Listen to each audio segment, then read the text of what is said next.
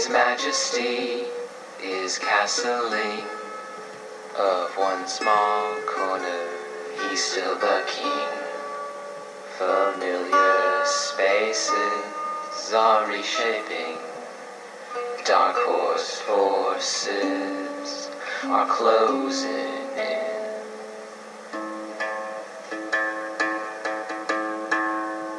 Compare and you contrast, blur the lines and the die is cast, kept in check by your checkered past. One step forward, two steps back, no place to retrace your tracks. When the picture's out of whack, you'll compare and contrast. This is Robert Stark. I am joined here with Brandon Adamson. We're going to be discussing his new EP, Compare and Contrast. Brandon, great having you back on the show. Hey, guys. Brandon, how long have you been making music? You told me you started back in the mid-90s. Yeah, I'd say that's about right. About maybe like 1993, 95 or so is when I started actually recording stuff. Initially, I got into music because a lot of my friends in high school and stuff were in like these in the 90s. They were in like ska bands and things like that, and I was kind of jealous of them. And it wasn't until a while later when I discovered like a lot of like indie musicians that were basically just recording themselves on their own, that I realized that like I could just record albums on my own, that I didn't have to be in a band, because I was in like a punk band like very briefly, which went absolutely nowhere, and the people were like complete drug addicts. And one of them later like died of a drug overdose. These were like kids I went to high school with. I tried to look him up a few years ago, and I found out that he died like 15 years ago. So I started in Phoenix recording just in my room.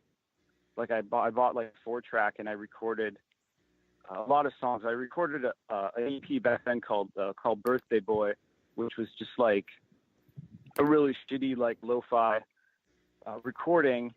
So this was kind of like the early days of internet music. Yeah, totally the early days. Like it was even like initially like released on cassette, but it was just like the shittiest recordings. And I would like, and this is like the 90s, so like this is how how much more innocent that time period was, is what like I would write songs about like characters on like TV shows and stuff, like Melrose Place, and I would write about that kind of thing, because I was living in Phoenix, and I had an apartment, and like I had like just turned 18 and moved away, and like I didn't know anyone, so I had really nothing to write songs about except for like these people on these like cable shows and whatnot. And I would actually I'd take these shitty cassettes, right, and I would send them out. Like I would mail them to like major labels, like Warner Brothers and things like that. And I would just mail them out everywhere. And I would even get like hate mail sometimes, like especially from like some of these like indie labels, like how dare you send us this shit or whatever. So I don't know, but yeah, I just think it was really ridiculous, because at that time I was taking these cassettes, and I was mailing them to like Hollywood Records and all of these like these huge things that you're not even supposed to be considered at these companies unless you have like like an agent and a manager, and you've been touring for years. At least like back then, that's how it was supposed to work. Now, if you just like make like a viral YouTube video, like you can probably get something going. But back then, I was just doing that. But part of it, I was just doing it because I thought like, I just pictured in my mind like what the reaction would be when they would get these cassettes. Yeah, you did it more for the music. Did you have that kind of stereotypical cliche fantasy that a lot of teenagers and like early 20 somethings have of being like a famous musician? Yeah, I totally did, but I always but the odd thing is that like I never really made anything good or really interesting until until I stopped caring about that kind of stuff, you know, because when you look back and you're a teenager, it's not even so much that like you you know, you want to be like famous and all that. It could just be that like, you know, it's like your world is so much smaller then. So it could just be like, you know, you might like one girl or something and think that it's going to impress her or something like that. But, you know, now like, you know, whatever like a person like I thought that I was going to like, you know, get back at by being successful or something, you know, now they're totally obese and forgotten, or they're like dead or whatever. It doesn't, you get to a point when you're just like, you know, you forget what long ago, like why you even cared. But I think it was also a creative outlet for me because I had like wanted to make movies when I was younger, and it was just something where like you couldn't really you just couldn't really just get right into, you know, it needed a lot of money and things like that, especially back then. And then you also, it wasn't like now where you can just like, you know, film something. Like a video camera cost like, you know, $800 or something, you know, back then. So it wasn't like, which was like just a huge amount of money. And that would be just for like a crappy, like video camera that you couldn't do anything with really. So I wanted to do movies, and like I just like making music was just kind of like a creative outlet, mostly for my writing. And I record tons of stuff, most of it just like most of the recordings were lost over the years, and then I managed to find a copy of Birthday Boy, and I re-released it, and it's like just the shittiest thing ever. But like, so is other there people a have copy accessible online? Oh yeah, there definitely is, and I think like one of the songs is called "Right Back Where I Started," but it's like the entire recording is like it's about the life of like the character Michael on Melrose Place, which for whatever reason I was like fascinated with. That's kind of Melrose Place. I mean, I've heard of that. I remember hearing about that show as a kid. I don't think I've watched a single episode. But why not? Why not like a show like Seinfeld? Why'd you pick that out of all shows? Because I lived in like these really like seedy apartments. Like when I got my first apartment, I was just like, I was living in Phoenix. I was like so excited to just get any apartment. Like, you know, like I was just excited about the first one that I went into to rent, even though like it wasn't in a cool part of town. It was just like it was ghetto, and all they had was basic cable. So all they had was, you know, the regular channels. And then for the cable, all they had was the family channel and like the E channel and C-SPAN. So I would watch the E channel, and the E channel at that time showed reruns of Melrose Place every day, like twice a day. And so I got like hooked on it because I had nothing else to do. And like, I didn't have a lot of friends here because I had moved here, and I, you know, so I just got hooked on, and I started like writing songs about it. And they also showed reruns of like these 70s shows like WKRP in Cincinnati and One Day at a Time, Alice. And that was kind of also where I got like really hooked on being interested in the 70s. So some of like that stuff was influenced by like a lot of those theme songs and whatnot from those, because I just heard them constantly because that was like all I did was watch that channel. You know, I can totally relate because 3 years ago I had my first apartment, and I was living right in the center city of Philadelphia, and I lived right next to this train that would wake me up like at 6 in the morning or 7, and it would finally end at like 1 in the morning. morning, so I had this weird like schedule, and it was like also I heard like gunshots at night, but my room was so small, and pretty much all I did was just watch like classical anime and like tell my girlfriend to come over like every Saturday or Friday, and that was like the best part of the week. After it's like, oh, my girlfriend's coming, I'm not alone. And the other times I would be like doing really weird loner stuff, like eating out at like a fried chicken place, or like going to one time I saw like a jazz concert for free, and then like I went to go in the theaters and watch this like obscure Japanese film. Like it's really weird if you like live on your own and you're young. And ironically, during that time, I was like, you know what? I should start making music on my synthesizer. And basically what I came up was the original Pizza Dog Studios recording, which I actually released on my Bandcamp, trashcore.bandcamp.com, and I talked to Robert about it.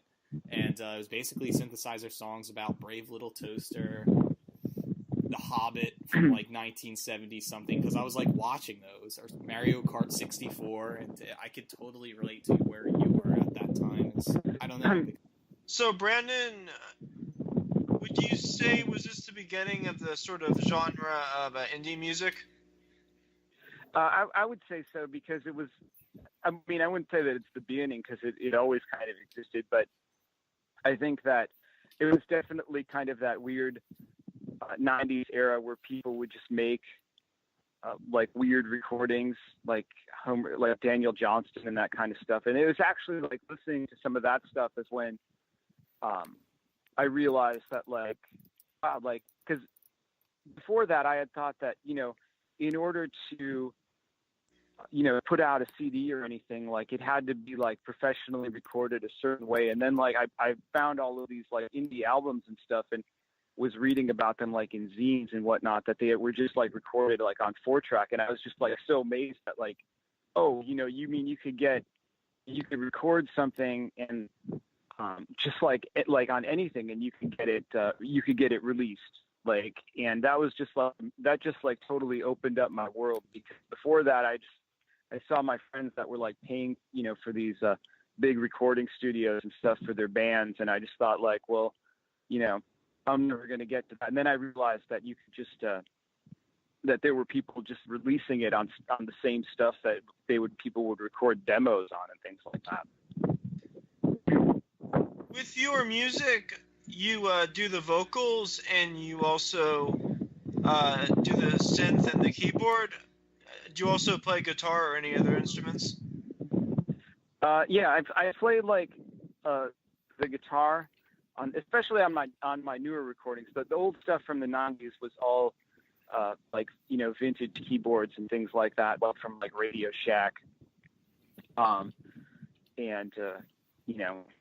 Target and places like that. But the newer stuff is more like, as I got older, I saved up and I bought more like legit like vintage synths and organs and things like that from the 70s. And I do have like a couple of electric guitars and acoustic guitars, and actually have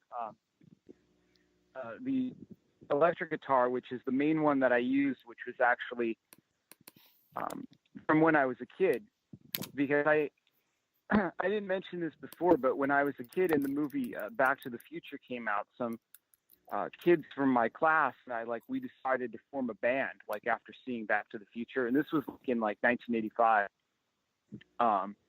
and 86, and so we formed this band that was like just these kids like jamming on guitars, and like we had no idea what we were doing, but we actually played a show at the school, and in the yearbook from that year it says Stars of the Future, and there's like a picture of us jamming there. And I don't know if you've seen Back to the Future, but there was he does a song in the movie called Johnny Be Good, that. Oh yeah, the song. scene where he goes back in time and plays in the 50s. I mean, that scene's been parodied in so many different films and TV shows. Right. Well, we actually did, the original parody, which we weren't even smart enough to realize was a parody. But there was a kid in the band named Carrie, so we just did that same song, but we called it Carrie Be Good. and that was the drummer, and he actually used I had a Fraggle Rock drum set when I was a kid, and like I let him use that, and and then I had this guitar, which I thought was like a really, radical guitar, but really it was just, some guitar from like 1970 or something that like, my uncle just gave to me. It was missing a string, but I actually had it restored a few years ago, and that is like my main guitar that I use. But I'm not really very good at guitar, but I can play enough chords and things like that to write songs. I can kind of play most instruments a little bit, but I'm not like super proficient at them. My main like skill or whatever is in like writing the lyrics and writing the songs. Is most of your work solo, or is some of this collaboration with a band? So if it's solo, you record each instrument and the vocals and you lay them over each other, or do it mostly at once? I record each instrument separately, and I do it all myself, but I have in the past, I had like a producer guy who I used to work with who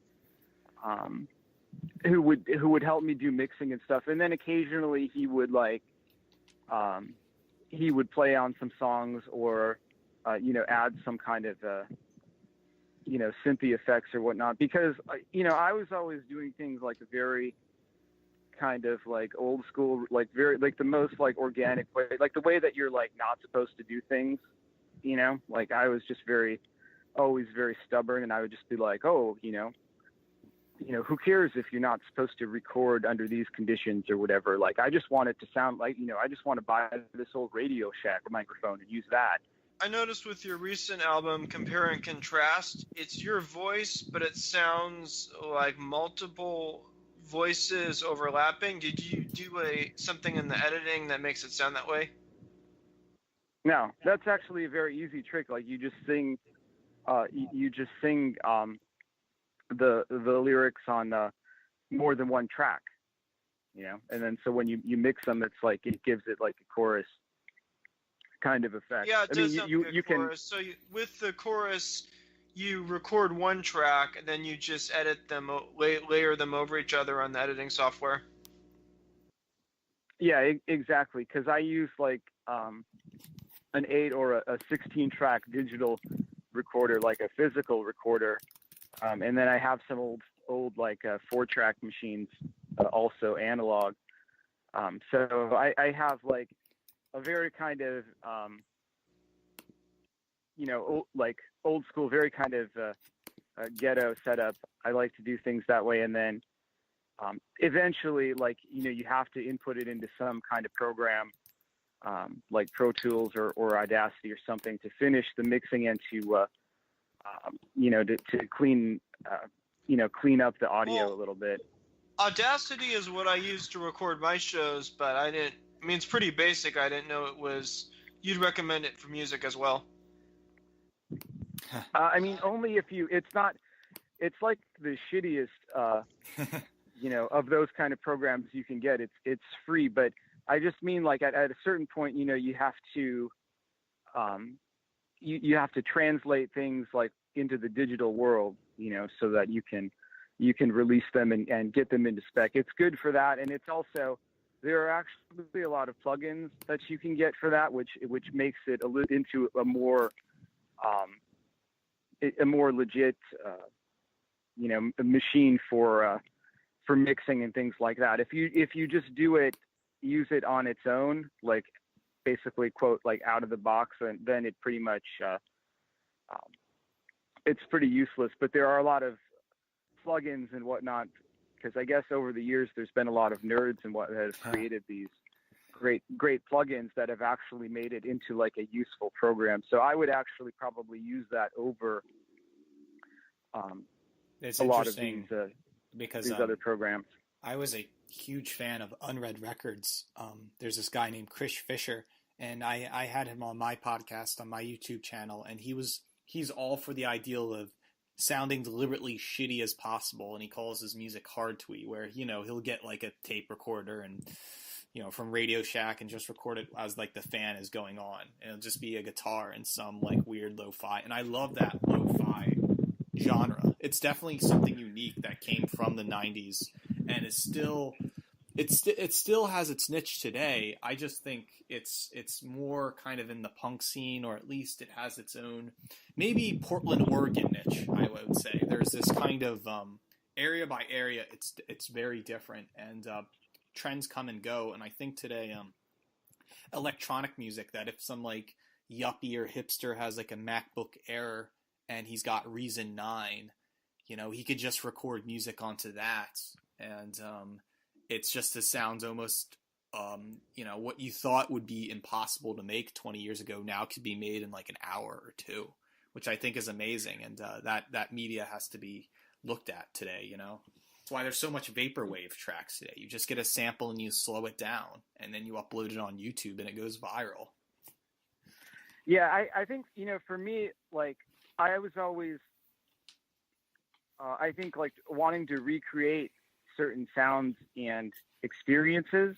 So like I would want to, use certain instruments and certain like, recordings, because I was trying to recreate some other experience from my earlier life. Like even like if I was just like nostalgic for like when I used to record on 4-track in my room, I would be like, oh, I just want to record on 4-track now. And it's just like the whole experience to me is more than just the music, really. And it's also because my influences are all stuff that were like in the 60s and the 70s, like a lot of those old like folk singer songwriters, like people like Jake Holmes, and a lot of the bands of the 60s, like, mod bands. Like I was never into. So you never were really interested in the major bands like the Beatles and the Rolling Stones and Bob Dylan? You were more interested in like the obscure and forgotten bands? Yeah, because I always related more to, like, I didn't relate to bands like the Beatles because they were just so huge. It's just like, I related to these other bands that like never quite made it. They were always obscure. Like their recordings were, they just, for whatever reason, maybe they had like one song that was like kind of a hit, but I was always just obsessed with those kind of bands because I felt like I could relate to them more, and their recordings were, a lot of them weren't as good quality. And I kind of related to just their experiences. Were the bands you were the most into the British mod sound mostly? Yeah, the British mod sound, but I would say like that's probably like a lot of what I like the most is like 60s mod, but I also can't deny the fact that that we all have influences that are kind of maybe outside of our control. And I think that you can hear a lot in my music. You can hear a lot of my influences, I think, were music from like commercials, from like Saturday morning cartoons. Like somebody once told me that like I should make mostly the 80s and 90s. Yeah, the 80s for sure, because I was just obsessed in the 80s with like Saturday morning cartoons and just like 80s culture and 80s TV. Like I was just like one of the most like 80s kids. Like just like if you ever watched like like an 80s kid movie or something, and like the kid is like this like really imaginative, kind of like weird outcast. Like that was totally like my experience as like an 80s kid. And I had like, I was just obsessed with like the Saturday morning cartoons and just 80s like, playing with like, action figures and things that you just associate with these 80s kids. Like, if you've ever seen the film Cloak and Dagger from the 80s, like I would say that I could really relate to that child. It was like almost exactly like I was when I was a kid, like pretending to be like a secret agent, like walkie-talkies and like playing guns. that was my experience. And so I feel like a lot of,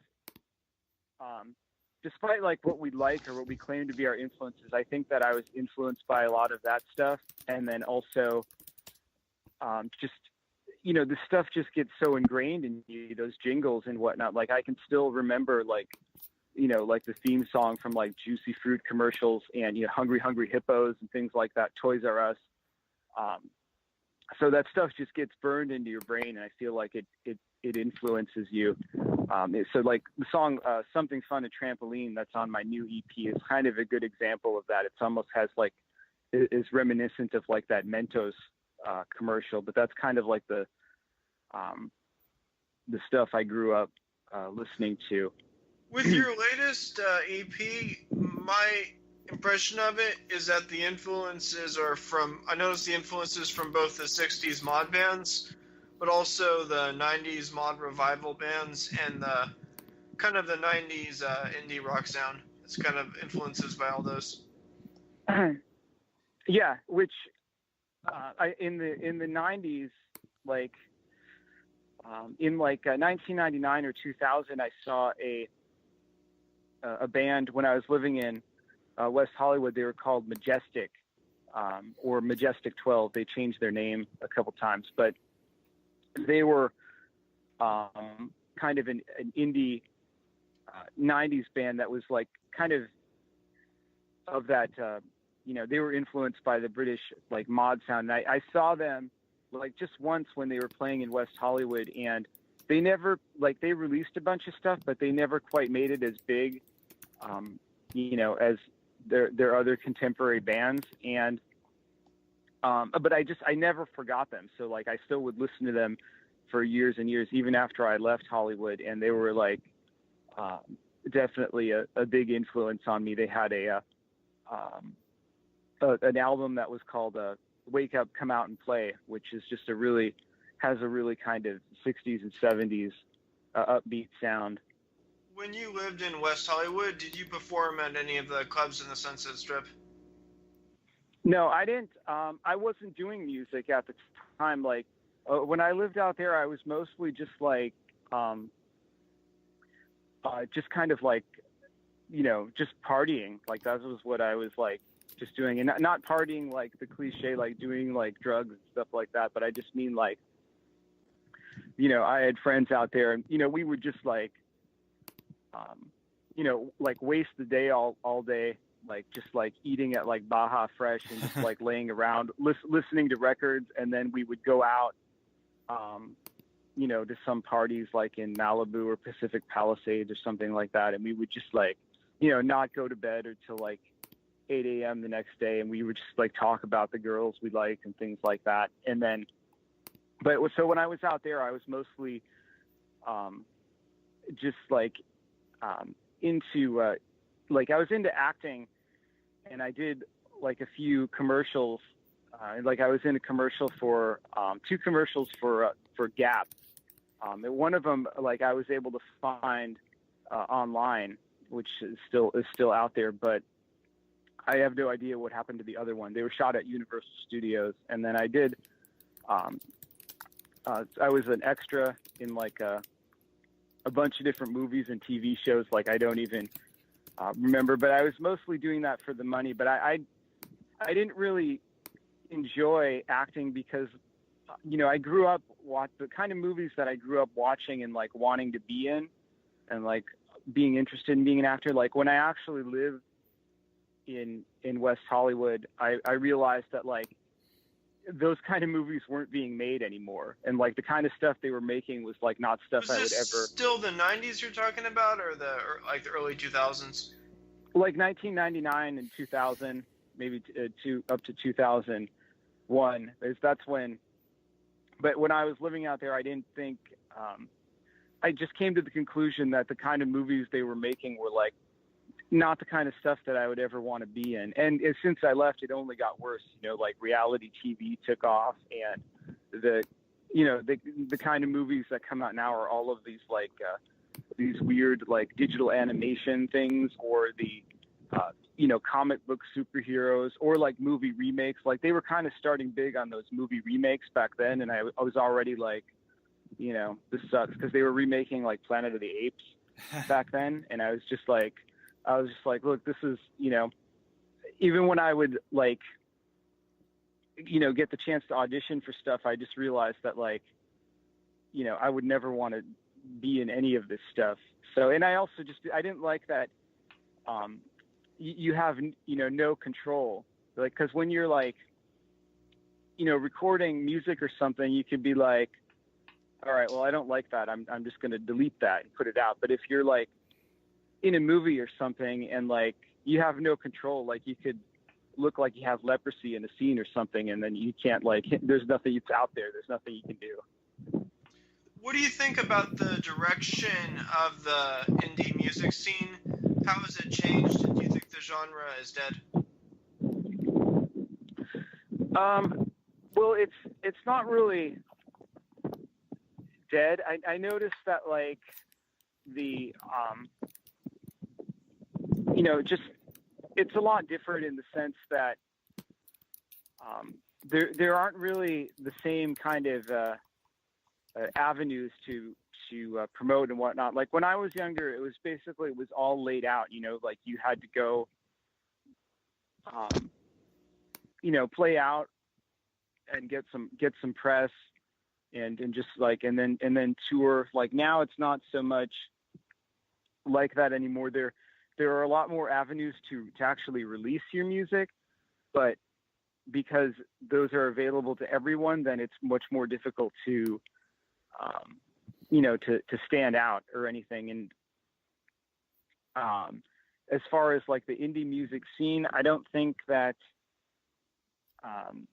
a lot of it is more geared towards like electronic stuff now.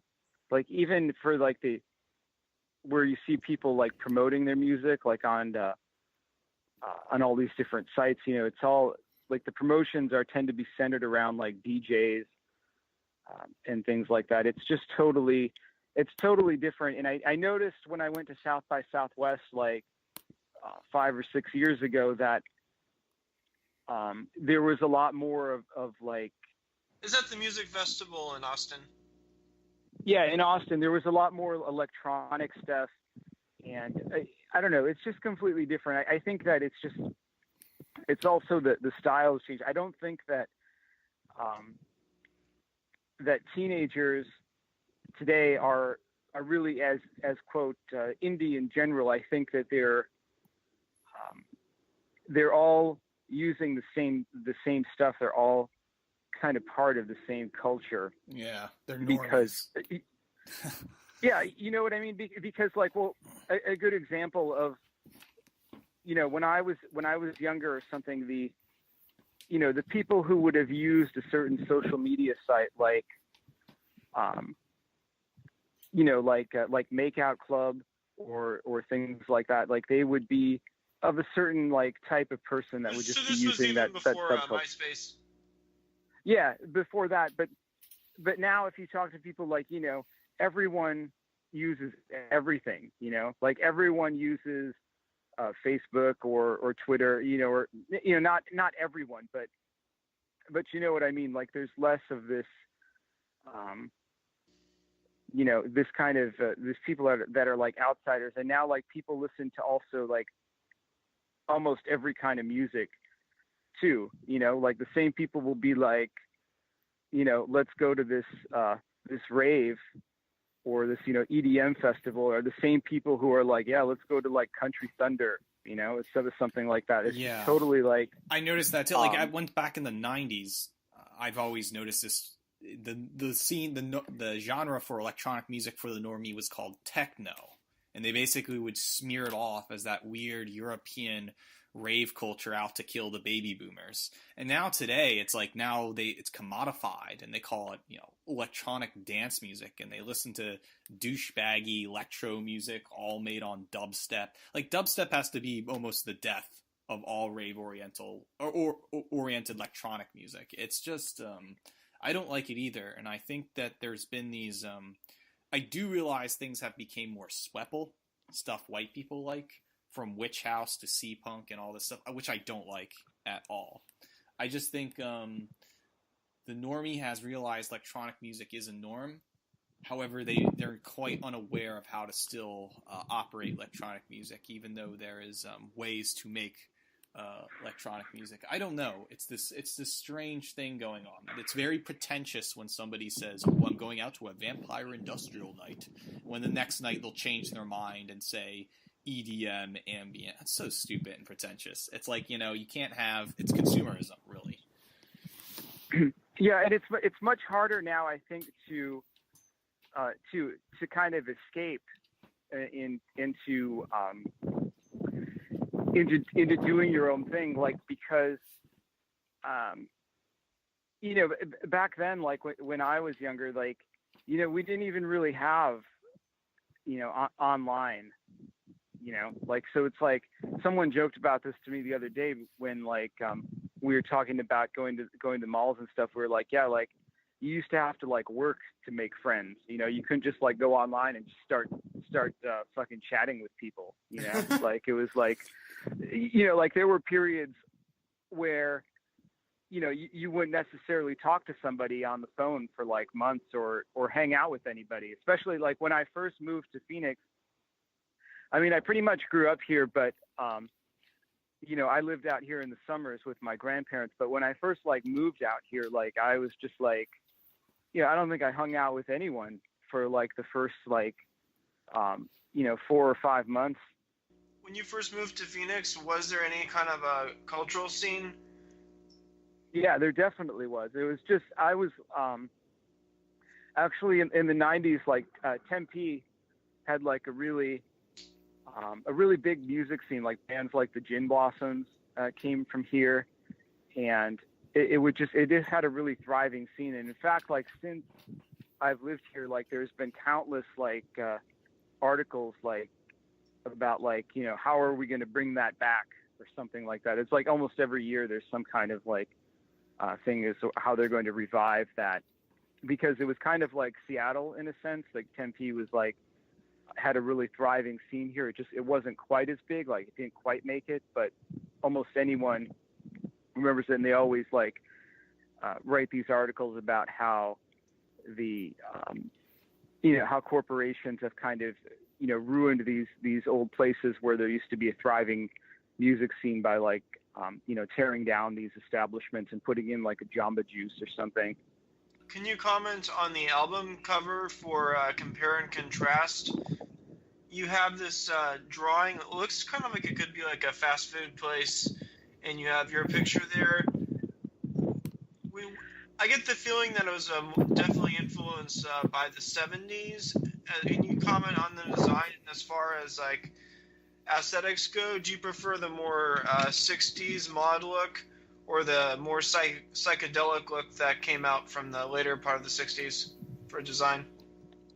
Well, I prefer more of the mod, but not, like, really over the top. I guess I like kind of more that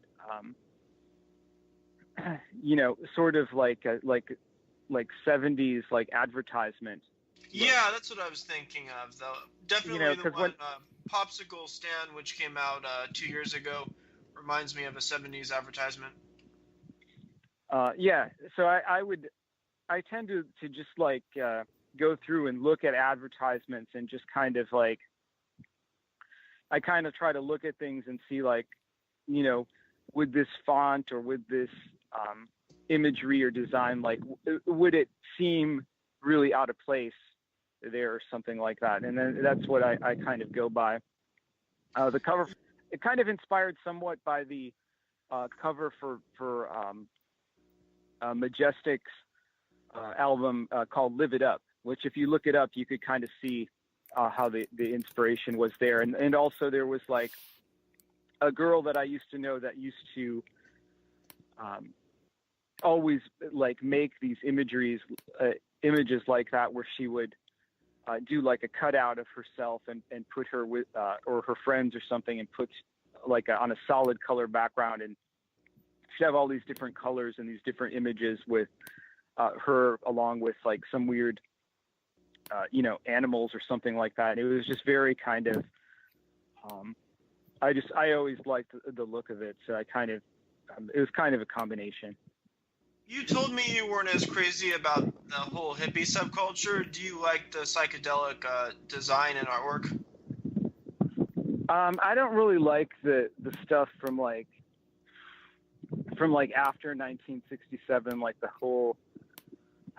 I do like some of the music, from that era, like Jefferson Airplane, Surrealistic Pillow, and that kind of stuff. Like the music is good, but I'm not into that whole really Album cover designs. No, it's just a lot of it is just a lot of that is the too zany and over the top. It kind of reminds me of like Austin Powers and stuff, kind of like how yeah. when they recreated that stuff in the 90s. I like that stuff, but I like the Austin Powers in that, but it was kind of it made it it was too cartoonish, the way that, with the bell bottoms and just all of it is just kind of a little too zany and dirty. Whereas I liked more the more of the space age aesthetic, and then I was never all about the drug scene or all of that. When I look at your logo you use for altleft.com, it reminds me more of the logos you see that were used on 80s shopping centers. Was that the inspiration for that logo? Yeah, I would say that it was. I mean, it was just part that logo or whatever. It just comes with the WordPress theme. So. Oh, so you didn't actually design that? You just picked it from WordPress? No, I didn't design it, but of course I picked it for that reason. So that because I don't know, I'm very particular about that kind of thing. So that was I think I actually paid for that theme just because it had that aesthetic. But I saw it more as kind of like a Logan's Run kind of look, which was filmed basically in a mall, so that makes sense. You were saying that you actually would like to live in a society like Logan's Run. I guess most people view it as kind of dystopian, obviously with the theme, but just based on that aesthetic. You've actually talked about building cities based on the kind of mall model, and you see the aesthetic of Logan's Run as your ideal utopian society. Yeah, definitely. In fact, I wish that they would, instead of, I watch a lot of these, these dead mall videos on YouTube, the ones that Dan Bell does and stuff, like me and my girlfriend watch, because I was always, ever since I can remember, I've always been always been a mall rat, because I was a kid in the 80s, and I had a very 80s mom, who would just go to the mall all the time, and I'd have to just spend hours there with her. She was a total if you've ever seen the show Dynasty, I was my mom, going to the mall, and I grew up drinking Diet Pepsi and Tab, Diet Coke, things like that. I was raised on that stuff. So I was just always a mall rat. When I got in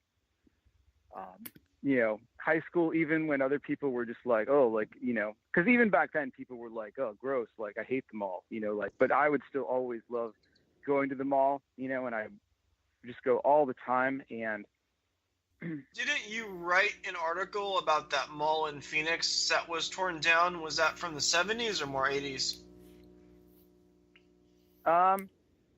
I don't know that it was fully torn down. They tore down a part of it, but I've written a lot of articles about mall related stuff, because I don't know, I guess because I'm Generation X, that's kind of a Generation X thing, is to write about pop culture in a kind of esoteric way that, making things in pop culture or consumer culture, making them relate to some abstract thing or whatever. Yeah, so in a sense, there's kind of an irony to it. It's not, there's sort of the whole kind of the hipster irony thing where these people say, oh, or even the people who started vaporwave, like, we're against consumerism, but we're going to take these old consumer logos and build a new aesthetic. But in your case, it's more authentic, but you're saying that you're someone who's critical of consumerism, but you're borrowing from these different things and like building upon it. Yeah, well, it also goes back to what I talked about before, is that, like, you know, you just can't get away from this kind of stuff because it leaves such an impression on you. Like, you can't pretend to not be influenced by it or not think about this stuff. It's like, I think when, you know, that dude, Chuck Klosterman, you know, like, he wrote about, like, how in the 80s, like, if you were a kid, like, that, you know, the Lakers versus Celtics rivalry, like, it meant so much more than basketball. Like, it totally defined, like, the kind of person, you know, that you were, like, what team that you cheered for, because it was like, it was kind of deeper than that. Now you can, like, you know, sports ball, when we look at it now, we think like, oh, it's like the most, like, vapid thing ever. You know, it's a total waste of time. It's like a distraction, and it, you know, it just it's just another avenue where they fleece you for money or whatnot. But you can't really deny the fact that, like, you may have been influenced by this stuff, or by these movies or whatever that that have influenced you, and that's why they do have some value in terms of social commentary. Can you talk about the lyrics for the songs in Compare and Contrast? A lot of the lyrics were taken from poems in your book, Beatnik Fascism. Can you give some examples, and which ones were taken from the book? Well, it's tough to say whether they were taken from the book or whether the book took them from, you know, lyrics that I already had, because a lot of these songs were songs I had in my head for years and years. I don't necessarily record things right away. Like, when I get an idea, sometimes it will be in my head for 5 or 10 years before I finally sit down and say, like, you know, I'm going to try to figure out how to play this on guitar or something like that, and I'm just going to record it.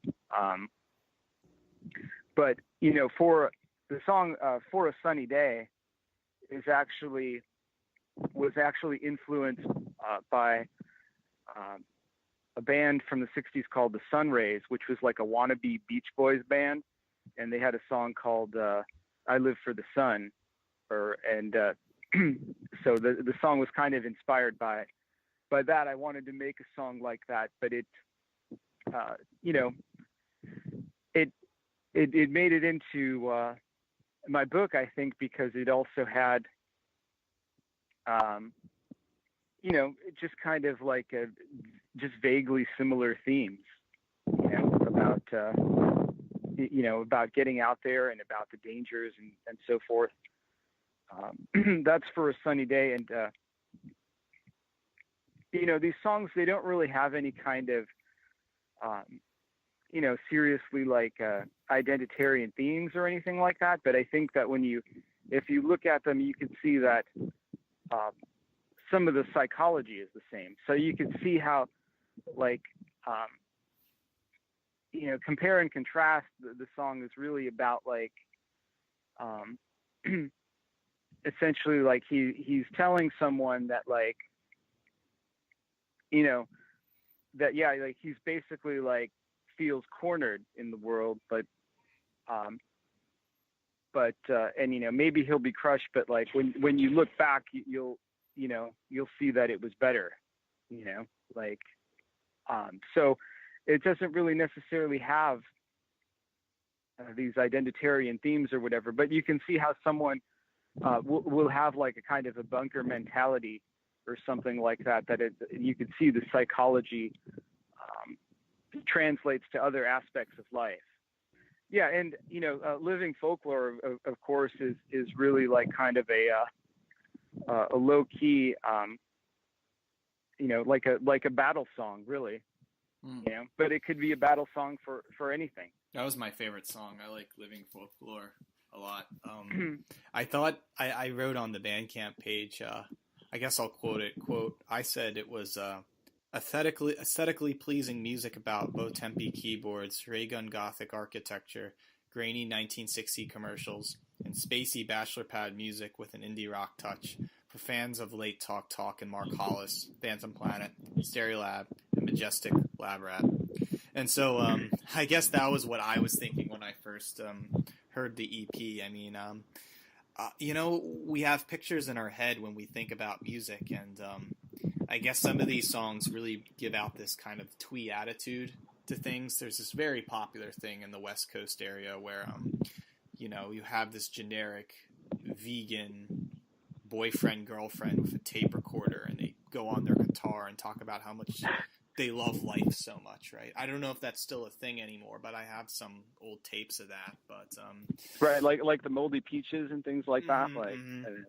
I know some indie labels like that. They're just way too obscure to mention, and it just seems like that is the trajectory over and over again. And I felt like, other than the twee factor we could be talking about, I was more on the serious edge where kind of like if you, in a John Cage aspect, that if you were to play a music in a giant room with reverb, imagine like a Stanley Kubrick White Room with Logan's Run, and then you hear, like, I really like that there's like, this Botempi that comes out, and it's just a solo for that right after doing the guitar, as to give more space or thinking, like it's a random record, like anything could possibly happen, or that there's a certain way to, after hearing this part, it gives a certain, like, it is very futuristic music in a way. That's what I like hearing about it, and it focuses a lot on sound. Well, I'm like a very minimalistic person, so I like minimalism in music.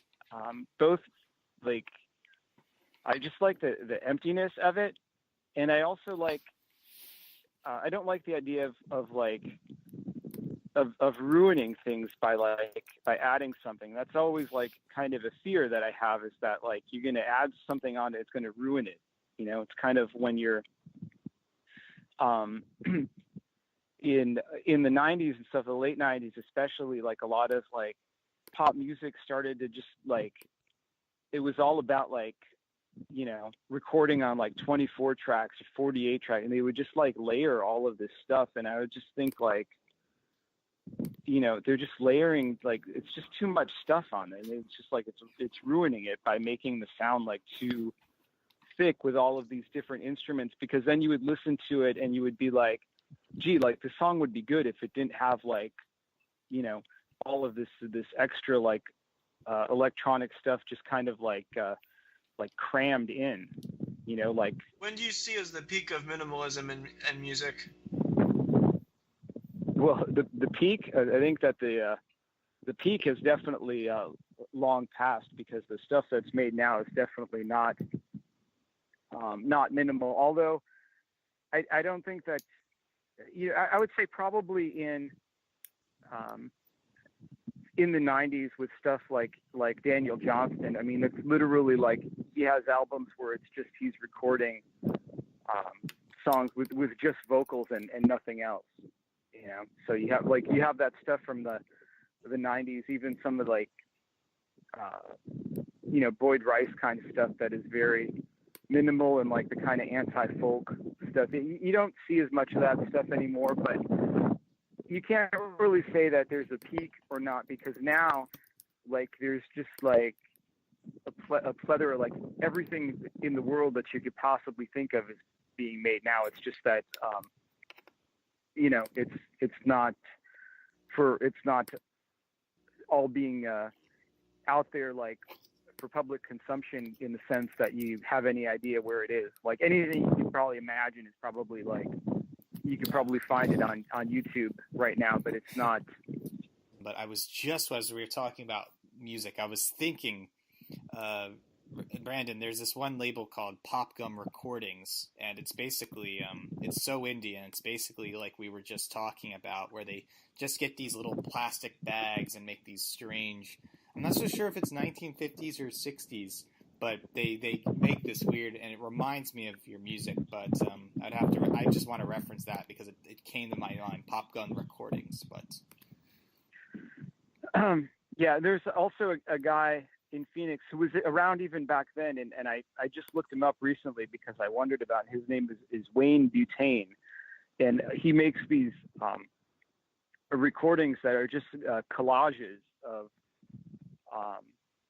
weird records and things like that, and he has a couple of really funny ones that was like Dead Monkey Arcade is one of them, and then he has one that's called Six Flags Over Auschwitz, where he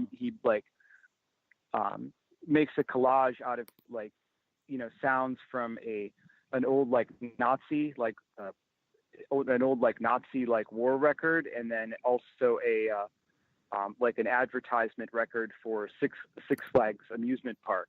And so he like mixes the two, and it's just like, it's really well done for what it is, and he's still around. Peter, do you want to talk about your review of Beatnik Fascism? We actually, when there once was a Casper review, which is now called Fluland. We did one on there already. Yes, and Casper Review is the old name for Fluland, and now the podcast is defunct, but it's in the YouTube channel, and we had a special to advertise, and it was for Brandon Adamson's Beatnik Fascism, and I remember talking about it and reading some poems aloud, and talking about that certain aesthetic, and I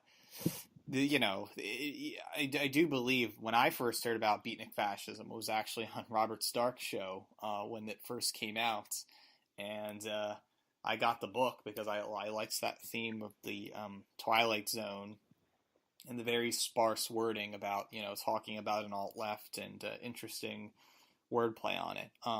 It pretty much has encouraged me to do my own poetry. I'm just very intimidated to do my own poetry because I'm not well versed in poetry, and I find poetry a very esoteric tradition. I mean, I get haiku and the way that haiku sounds and looks.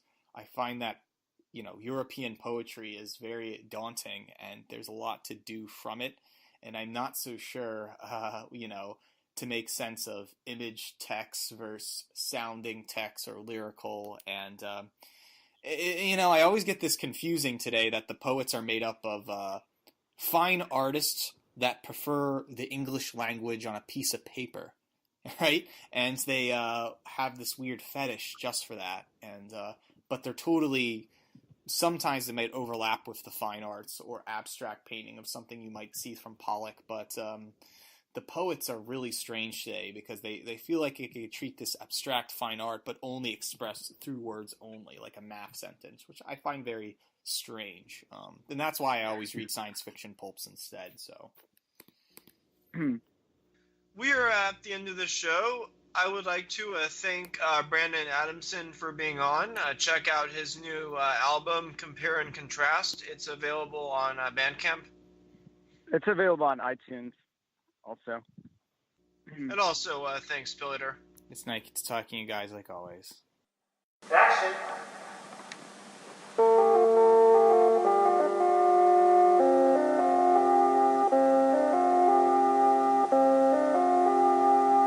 Hop along onto my dream. We could be up to something free, something neat. Step right up and come and see something. When you double bounce me, space age springboard to a dream, something funner. Hop along onto my dream. We could be hit to something. Count the stars we could reach. Start the countdown. 5, 4, 3, 2, 1. When you double bounce me, space age springboard to a dream, something funner.